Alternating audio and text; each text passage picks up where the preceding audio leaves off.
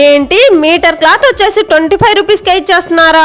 అవునండి, ప్రతి ఒక్క దాని ప్రైస్ అయితే నేను స్క్రీన్ మీద యాడ్ చేస్తాను, ఒకసారి చెక్ చేయండి. కానీ వీళ్ళు ఇంత తక్కువ ప్రైస్ లో ఇంత మంచి కలెక్షన్ ఎలా ఇస్తున్నారు అని చెప్పేసి నాకైతే అస్సలు అర్థం కాలేదన్నమాట.